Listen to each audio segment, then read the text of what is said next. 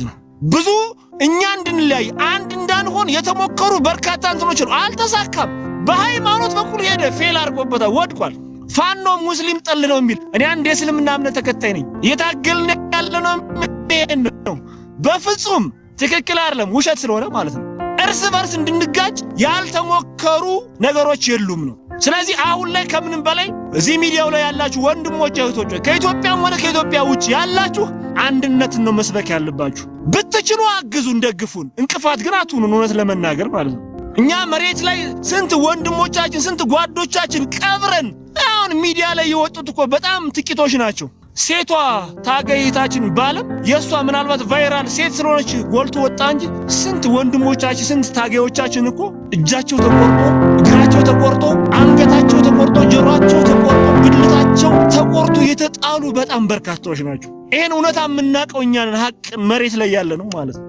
በዚህ ትግል ማንንም እንዲቀልድበት አልፈልግም አንድ ሆነን በጋራ ሆነን ይሄንን መከራና ግፋችን ለመቀነስ ምንድነው ማድረግ ያለብን ጎንደርሁን ጎጃሙን ወሎውን ሸዋውን ያ ምንም ጉዳይ አይደለም አማራ የሚለውን ነገር መውሰድ አለብን አማራን ምን ተወሽ ሰውነት እንዴት የሰው ልጅ እንዴ የሰውነት ከምንም በላይ እኮ ሰው ይቀድማል ዋኛ ፋኖ ወይም አማራ በየትኛው መንገድ በጥላቻ የፈረጀው ድርጅት ብሔርም ክልልም የለም በጋራ አብረን መስራት መቻል አለብን ሰሜኑ ላይ በርካታ ግፎች ተፈጽመዋል አሁን ላይ ደግሞ አማራ ላይ እየተፈጸመ ያለው ድርጊት ይሄ ነው ነገ ደቡቡ ላይ ሶማሌው ላይ አፋሩ ላይ ቤንሻንጉሉ ላይ ይቀጥላል ሁሉም ላለመጥፋት አንድ እንሁን በጋራ እንታገል ነው እያልን ያለ ነው ይሄን ስለሆነ ማለት ነው ስለዚህ ከኢትዮጵያ ውጭ ያላችሁ ወንድሞችና እህቶች እያንዳንዳችሁ እኔ አማራ ነኝ ካልክ ለአማራ ምን አድርጋል ኢትዮጵያ ውስጥ ላለው እየተገደለ ላለው ያንተ ወንድም ያንቺ ወንድም ያንቺ እህት ናቸው ምንድነው ያደረግሽ ያለሽው ምንድነው ያደረክ ያለው ይሄ ነው እንድትመልሱልን የምንፈልገው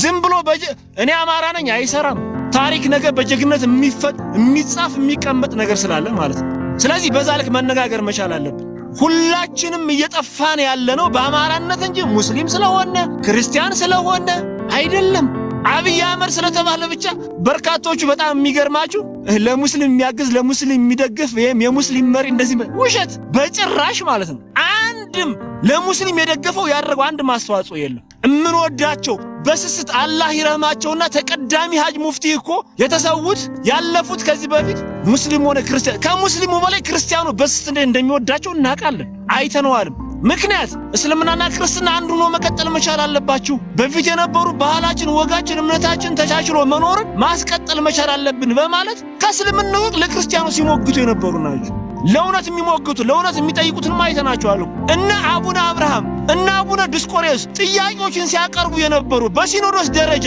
እነሱ ተባረው እና አቡነ ሳሪዎስ ነው የተተኩት የዛሬ 2 ዓመት ጥቁር ለበሱ ብሎ መላ አማራ ክልል መላ ኢትዮጵያ ጥቁር ያስለበሱን ማለት ነው የአብይ አህመድ ተጋላቢ ይሄን አድርጉ ሲባሉ የሚያደርጉ ማለት ነው ታዲያ እንዴት ብለን ነው ይሄን እንቀበል የምንችለው እኔ በዚህ ላይ እኔ መልእክት ማስተላለፍ የምፈልገው ከምንም በላይ አባቶች ትልቅ ታሪካዊ አደር አለባችሁ በተደጋጋሚ አማራ የሚዘመርለት ጀግነቱ የሚታወቀው ሲሞት ነው ሲሰዋ ነው ጀነራል አሳምነው ጽጌ ያና ከ500 ዓመት በፊት ታይቶ ተሰምቶ የማይታወቅ ታሪክ በአማራ ይርግል ግፍ ሊፈጸም ነው እንደራጅ ራሳችን አንድ እናድርግ ይያለ እንዴት ነው እንደተገደለ እናውቀዋለን አሁን ላይ ደግሞ በመሪያችን በአርበኛ ዘመነ ካሴ ላይ የሚደረገውን እንትን ያየ ነው ስለሆነ ጎጃም ጎንደር ወሎ ሸዋ ያለ እየከፋፈለ ብዙ ነገሮች ስላሉ አንቀበልም ከጎን ልንቆም ይገባል መሪዎቻችን ልንጠብቅ ይገባል ከምንም በላይ ትግሉ ላይ ያላችሁ ወንድሞቻችን ከውጭም ያላችሁ ቢሆን ይሄን ነገር መደገፍ መቻል አለባችሁ ከሞተ በኋላ ምንም ትርጉም የለውም ሳለ መደጋገፍ ነው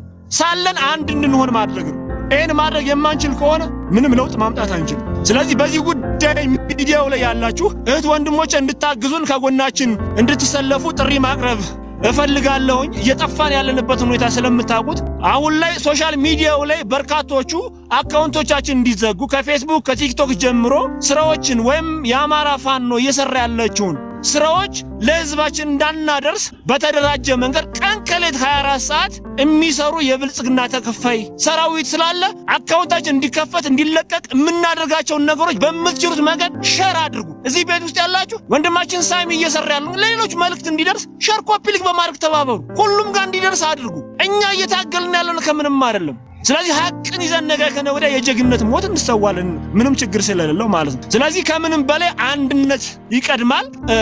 በጎንደርም በጎጃም በሸዋ በወሎ ያሉ እህት ወንድሞቻችን ከኢትዮጵያ ውጭም ያላችሁ ታጋዮቻችን እኛ ስንወጣ ለግለሰቦች አይደለም የወጣነው ለአማራ ሕዝብ ነው። ነገ እንደንቁ ምናያቸው ምንሳሳላቸው ምንወዳቸው ምናከብራቸው መሪዎች ነገ ከነገ ወዲያም ሊያልፉ በተለያየ መንገድ ከተቋሙ ሊገለሉ ይችላሉ።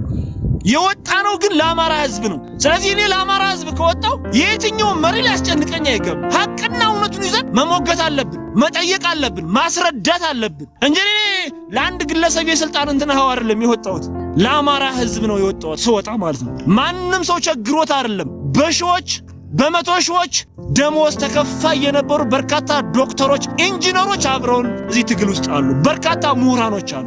የገንዘብ ችግር ኑሮባቸው አይደለም። ይሄን እንድታቁ እንፈልጋለን። እንደናንተ ማረፍ እንፈልጋለን። እንደናንተ ቁጭ ብለን ቤተሰቦቻችን ጋር መጫወት መዝናናት ማንኛውም ሰው ከተማ ላይ እንፈልጋለን። ግን እንዴት ሆነ አእምሮ እንትን ይላል። ግዴታ ሐዘኑ በጋራ አንድ ሆነን ለመውጣት በእያንዳንዳችን ቤት ውስጥ ሐዘኑ መግባት አለበት። በእያንዳንዱ ቤት ውስጥ እህት ወንድሞቻችን መስዋዕት አለብን። እስከ መቼ ነው የምንነቀው? ከተማ ላይ የተፈጸመ ያለውን ድርጊት እኮ እያየን ነው። ባለሀብት የሆነ መጋዘን ያላቸው የተለያየ ኢንቨስተሮች እኮ እየታገቱ እየተወሰዱ ነው ያሉት። ፋኖን ከህዝብ ለመነጠል የማይሰራ ስራ የለም። ሪሊ እንዴት የኔን ቤተሰብ የተወለድኩበት ያደግኩበትን አካባቢ እንዴት አግታለሁ? እንዴት እንዲፈናቀል ፈቅዳለሁ? እንዴት ላላስፈላጊ ነገር እንዴት አእምሮ ይችላል? በዛ ልክ ማለት ነው። ትክክል አይደለም። ስለተሸነፈ በውጊያው ስላልቻለ ያደረጋቸውን በርካታ ነገሮች ስለምናውቀው ማለት ነው። በምድር ስላልቻለ ድሮንም በተመጠቀም በርካታ ተቋማቶችን እያወደመ እያፈረሰ ነው። በርካታ በገቡባቸው ቀበሌዎች ላይ በተጠና መንገድ መጋዘኖች እየተሰበሩ ተቋማት እየተዘረፉ ነው ያሉት። በኢኮኖሚ እንድንደህይ ስለተፈለገ ማለት ነው። ስለዚህ ከዚህ በላይ ምንድነው እስከን እንፈልገው? ፋኖማ አንዴ ገጥሟል። ቢሰዋ ለዓላማ ነው፣ ምንም ችግር የለውም። ግን የኛ አይደለም የሚያስጨንቀን፣ የኛ አይደለም የሚያሳስ ምንም የማያውቁ ንጹሃን የ10 ዓመት የ12 ዓመት የ80 የ90 ዓመት ምንም ስለ ፖለቲካ ምንም ስለ መንግስት የማያውቁትን ነው እያወጡ እየረሸኗቸው ያሉ።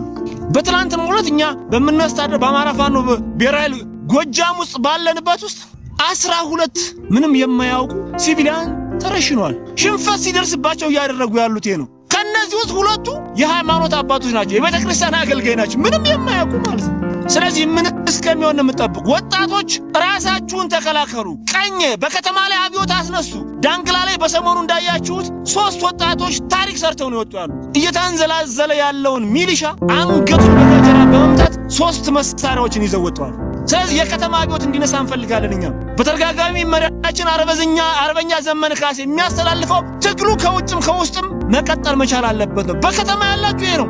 ባህር ዳር፣ አዲስ አበባ፣ ወሎ ላይ እያየነው እኮ ነው። ጎንደር ላይ እናቶች እያለቀሱ እያነቡ ለመከላከያ እንደ በፍቃደኝነት ሄዱ እየተባለ ታፍሰው ባስ ውስጥ ሲጫኑ እናቶች እያነቡ እያለቀሱ እየተንከባለሉ መሃል መስመር ላይ አይተናል። ይሄ ነው ስርዓቱ እያደረገ ያለው። ይቀጥላል ነገ ወዲያ ከ80 በላይ 190 ክፍለ ጦር ጎጃም ውስጥ ያለው ትላንት ምንም የማያውቁ ታፍሰው ወደ ካምፕ ውስጥ ብር ሸለቆ ላይ ማስፈታት ተችሏል። ንጹሃን ማለት ምንም የማያውቁ 20 ዓመት ያልሞላቸው ወጣቶችን